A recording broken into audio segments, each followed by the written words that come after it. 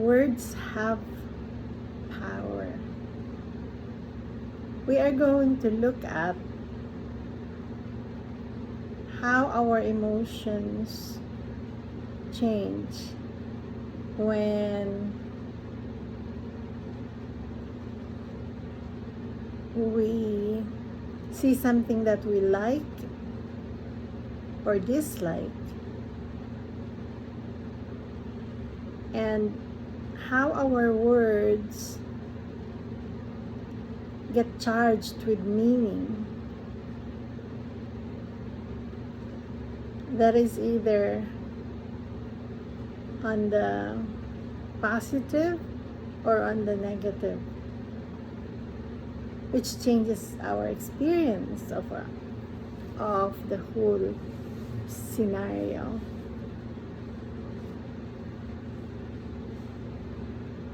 Changes the whole experience. When we have a partner, this is an example. We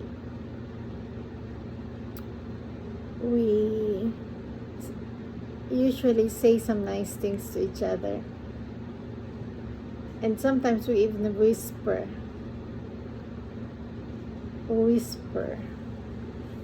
some of those words that makes us feel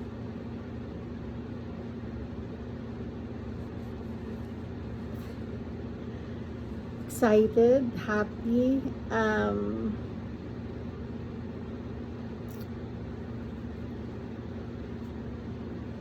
it's charged with this positive feelings. And the reason why it's charged with these positive feelings is because there are words that we charge in the positive way. Let's say love. Love is being charged in a very positive way because of the feeling of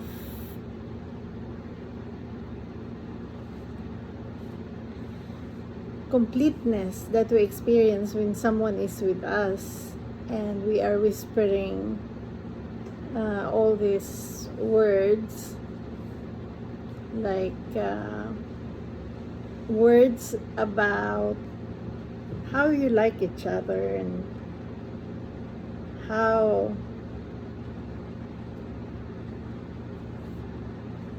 you will not leave this person, and how what he likes or she likes is what you like.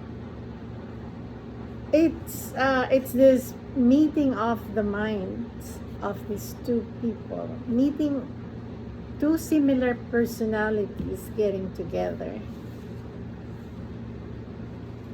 And so we whisper some words that the other person also agrees with. Meaning, if I like adobo or a dish, right? A Filipino dish or an Italian dish, let's see. If my partner is a Filipino guy, then of course we would have similar, not exactly the same likes in food, but similar, because he would be also talking about adobo, caldereta, and nilaga, sinigang. Sinigang, he can say, I like sinigang na hipon, but I may say, I like sinigang na bangus, right? And of course, I would make it for this guy. And he will be happy. He will be happy that I did.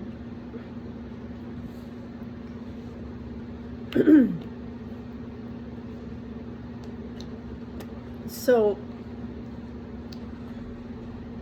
that is a plus point for me.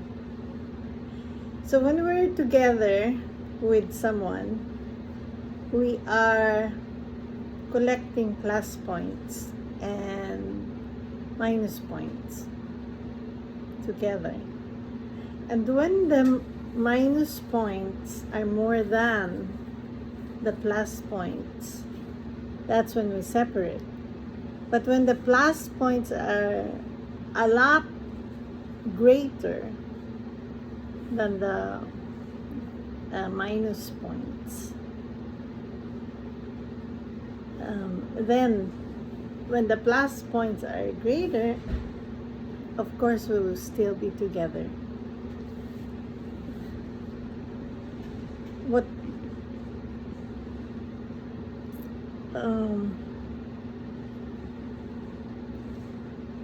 relationships, okay, we are now right there. We are talking about it. So might as well look at the meaning of relationships.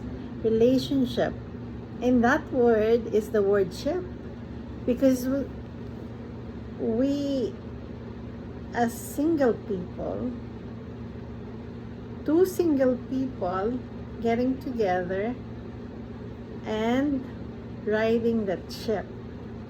And that ship should have the basic necessities that these two single people need, because that's the plus points start from there, the basic necessities. And if it's not there, like money is very low, and this is the deciding factor usually, because the negative feelings of suffering comes in when you cannot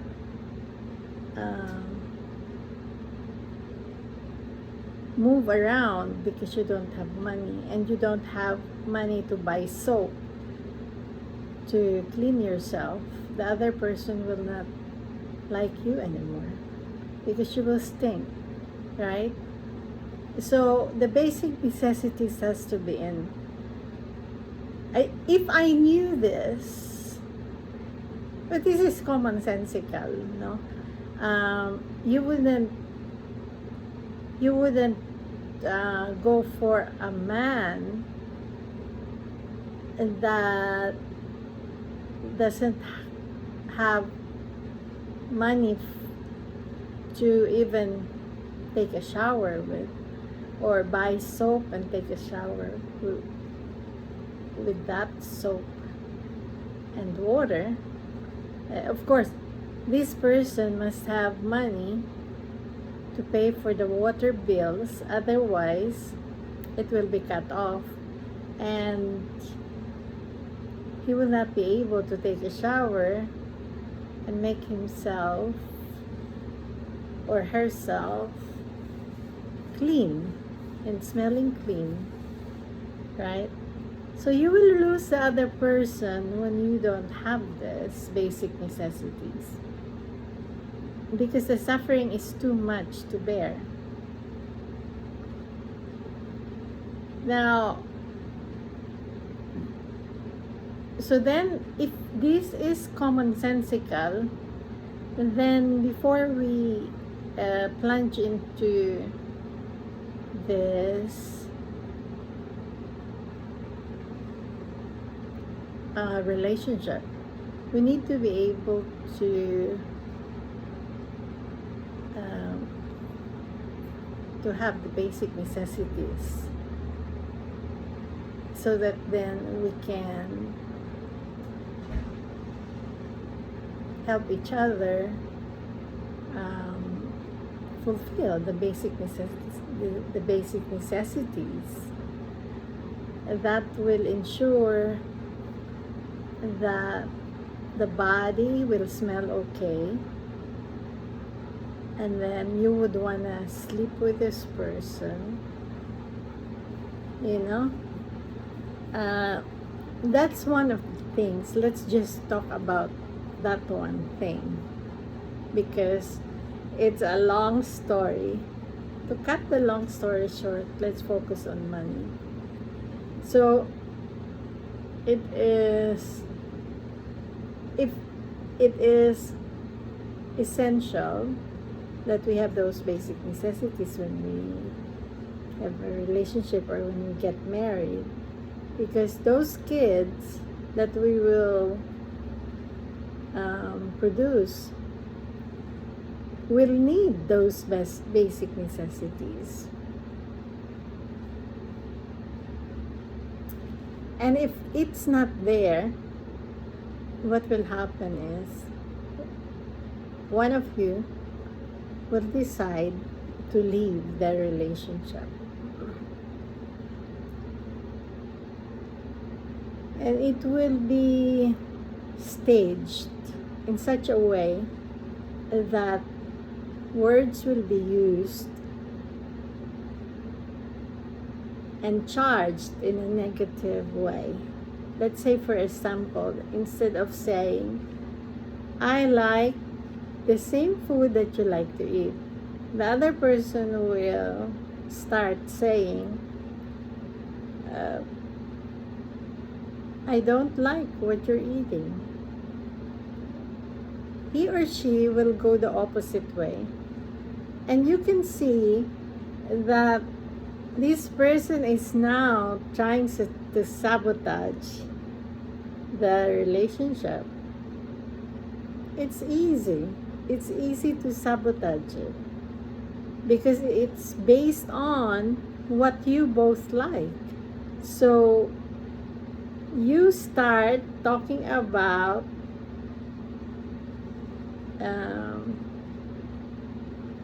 what the other person like as something that you dislike. Then the minus points will be up very soon, and because you can see that the other person is changing to the opposite charge, which is the negative, you know that there will be friction. And when there's friction, there can be fire. And before the fire burns, you better get out of the building, right? So it's very easy to get into a relationship and get out of it. So that ship has to have all the basic needs, the basic necessities that will make the body, the physical, mental, and social life of both of you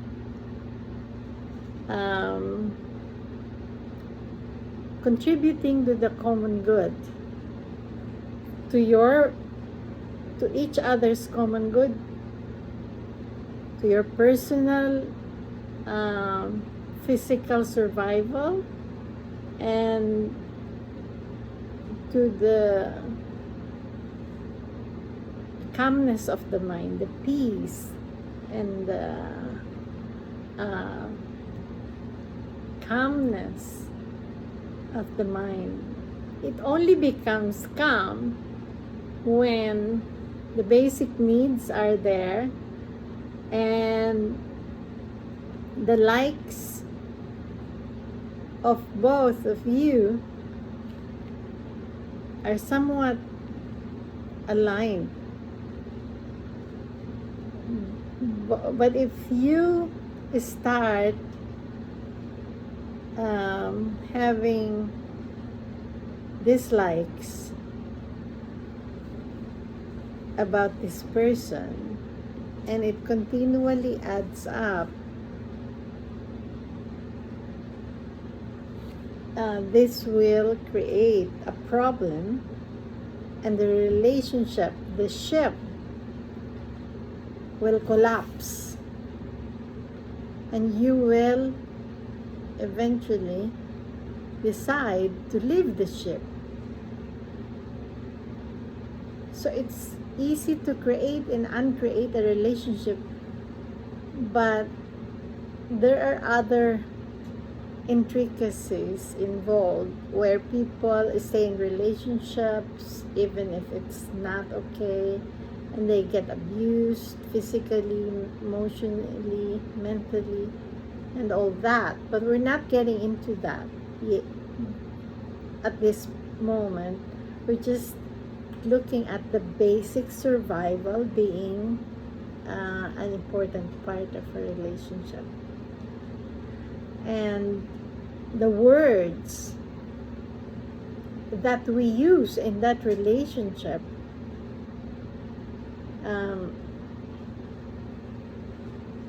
create the structure for that stable, for that stability to be there. Because the words, when we disagree, is very different. Of course, when you say, I don't like it that you're eating hipon sinigang, or I don't like that you want hipon sinigang and I want bangus sinigang. Sinigang is a hot and sour soup from the Philippines, right? It's similar to tom yum in Thailand, and then the hot and sour soup from the Chinese. But having a look at that's just one little thing, right? Or because it's a pandemic, both of you lost the job. So eventually, very soon, when nobody wants to give you credit, and you live in the Philippines and there's no job, or no one wanting to hire you for anything, then this will create a big problem that can lead to both of you separating. So that's why I introduced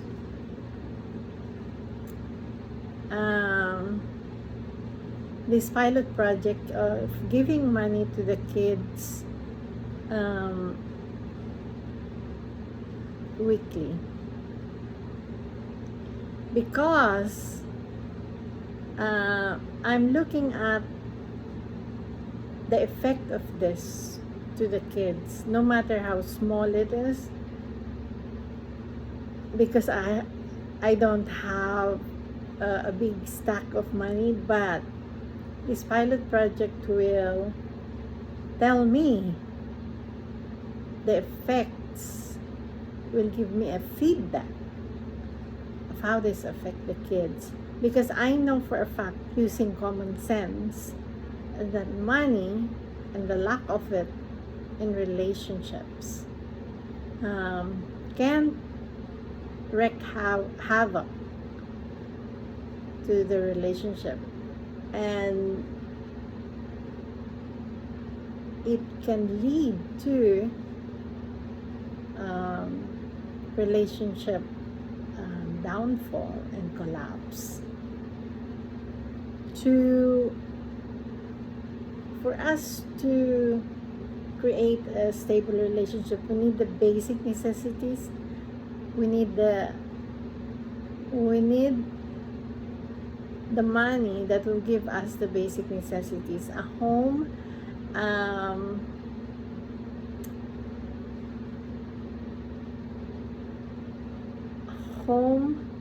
water, electricity, cell phone, load, meaning you have to have money to pay the bills for the cell phone and everything. And you need money to have all this. But sometimes, especially in our culture, in the Filipino culture, where we have extended relationship or ties, so our relatives live with us, or our fallen children do not want to leave us, especially if we're old and we need the kids to take care of us. So then you may stay in that house where the relative is, the old relative is, and take care of each other because of the practicality of it all, you know. We should be able to share and support each other. That's why the government and politics should play a big role in this. Let's stop the bickering, which is in fact us using words in such a way where it's gonna create a society that is based on instability, knowing that words can create discord, and it can also be used from the context of what is best for all. And that's how politicians should speak. They should speak about the basic necessities and give everyone the basic necessities everyone needs. So the funds are there, but it's all over the place. It's just like when you have a relationship and the funds are not being taken care of and funneled to the basic necessities of everyone involved in that relationship. That's what happens, because we are all in a relationship here. In fact, I'm talking to someone, we're talking about our ancestors. The first ancestors that we have is from Africa. Genetics will tell you that. In fact, I took my genetics test with one company here in the US, and it showed me that one of my genes came from an ancestor in the Himalayas, right? So let's not look at each other as if we are strangers, because the fact is the genes passed on to us by our parents are genes coming from that one ancestor that we all have, you see. And that tells us we belong to one family. That's the fact. We are just limiting our view of things because of the media telling you, you know, you have to love this, you have to have your own sense of ownership and the laws that protect what you own, and it's all about money.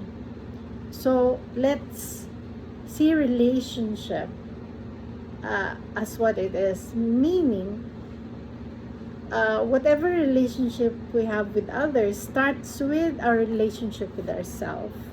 And if that relationship with ourselves is not very stable, And we are thinking about all these different things and all these different judgments we passed on people, and jealousy. So we need to release all this. We need to learn how to dance. So then I will show you a dance that I will do later on. I'll see you soon. Bye for now.